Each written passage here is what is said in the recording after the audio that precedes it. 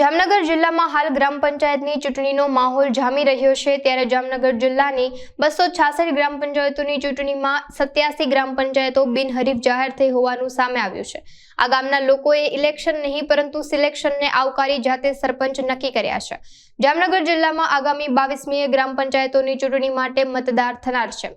ધ્રોલ અને જોડિયા તાલુકાની 24 પંચાયતોમાં ચૂંટણીઓ જાહેર થઈ છે, જે પૈકી ધ્રોલની 12 અને જોડિયાની 9 પંચાયતોમાં સરપંચ બિનહરીફ જાહેર થયા છે અને આ સાથે ધ્રોલમાં 143 અને જોડિયામાં 147 સભ્યો બિનહરીફ જાહેર થયા છે।